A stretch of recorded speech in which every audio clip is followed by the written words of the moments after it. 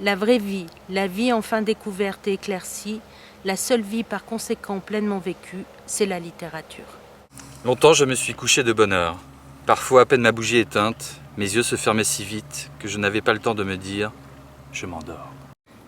Et avec cette muflerie intermittente qui reparaissait chez lui dès qu'il n'était plus malheureux, et que baissait du même coup le niveau de sa moralité, il s'écriait en lui-même « dire que j'ai gâché des années de ma vie, que j'ai voulu mourir, que j'ai eu mon plus grand amour pour une femme qui ne me plaisait pas, qui n'était même pas mon genre. » On dit les choses qu'on éprouve le besoin de dire, et que l'autre ne comprendra pas. On ne parle que pour soi-même. De sorte que pendant quelque temps ne fut pas changé l'ordre qu'il avait suivi le premier soir, en débutant par des attouchements de doigts et de lèvres sur la gorge d'Odette, et que ce fut par eux encore que commençaient chaque fois ses caresses. Et bien plus tard, quand l'arrangement, ou le simulacre rituel d'arrangement des Cattleya fut depuis longtemps tombé en désuétude, la métaphore faire Cattleya... Bien que ce fût simplement un dimanche d'automne, je venais de renaître, l'existence était intacte devant moi, car dans la matinée, après une série de jours doux, il avait fait un brouillard froid qui ne s'était levé que vers midi. Or, un changement de temps suffit Ils appelaient leur amour et nous-mêmes. découle non d'un idéal de beauté qu'ils ont élu, mais d'une maladie inguérissable. Comme Odette ne lui donnait aucun renseignement sur ces choses si importantes qui l'occupaient tant chaque jour, bien qu'il eût assez vécu pour savoir qu'il n'y en a jamais d'autres que les plaisirs, il ne pouvait pas chercher longtemps de suite à les imaginer. Son cerveau fonctionnait à vide.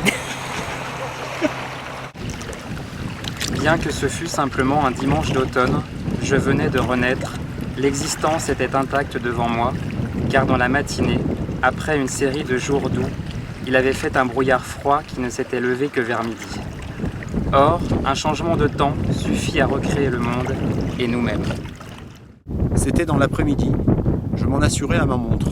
Après quelques efforts pour me redresser, efforts infructueux d'abord et interrompus par des chutes sur l'oreiller, mais de ces chutes courtes qui suivent le sommeil, comme les autres ivresses, que ce soit le vin qui les procure ou la convalescence. À peine arrivés, les sodomistes quitteraient la ville pour ne pas avoir l'air d'en être, prendraient femme, entretiendraient des maîtresses dans d'autres cités où ils trouveraient d'ailleurs toutes les distractions convenables. Ils n'iraient à Sodome que les jours de suprême nécessité, quand leur ville serait vide, par ces temps où la faim fait sortir le loup du bois, c'est-à-dire que tout se passerait en somme comme à Londres, à Berlin, à Rome, à Pétrograd ou à Paris. Je fis asseoir ma grand-mère sur un banc et j'allai chercher un fiacre. Elle, au cœur de qui je me plaçais toujours pour juger la personne la plus insignifiante, elle m'était maintenant fermée. Elle était devenue une partie du monde extérieur, et plus qu'à de simples passants, j'étais forcée de lui taire ce que je pensais de son état, de lui taire mon inquiétude. J'ai dit user, je n'ai pas dit abuser. Bien entendu, tout remède, si on exagère, devient une arme à double tranchant. Beaucoup d'hommes sont peu honorables, mais nous l'ignorons ou n'en avons cure. L'idée d'un art populaire comme d'un art patriotique, si même elle n'avait pas été dangereuse, me semblait ridicule. S'il s'agissait de le rendre accessible au peuple en sacrifiant les raffinements de la forme, bon pour des oisifs, j'avais assez fréquenté de gens du monde pour savoir que ce sont eux, les véritables illettrés, et non les ouvriers électriciens.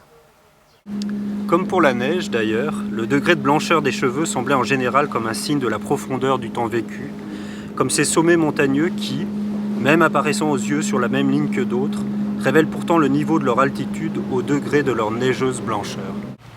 Et n'était-ce pas de nobles et calmes modèles de beauté humaine que je voyais là, devant la mer, comme des statues exposées au soleil sur un rivage de la Grèce? Certains bonheurs, il y a certains malheurs qui viennent trop tard. Ils ne prennent pas en nous toute la grandeur qu'ils auraient eue quelque temps plus tôt.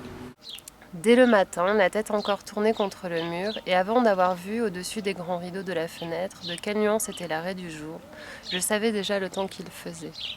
En me promettant à moi-même qu'Albertine serait ici ce soir, j'avais couru au plus pressé et pensé d'une croyance nouvelle l'arrachement de celle avec laquelle j'avais vécu jusqu'ici. Mademoiselle Albertine est partie.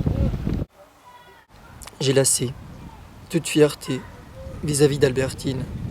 Je lui ai envoyé un télégramme, désespéré, lui demandant de revenir à n'importe quelle condition, qu'elle ferait tout ce qu'elle voudrait, que je demande seulement à l'embrasser 1 minute 3 fois par semaine avant qu'elle se couche.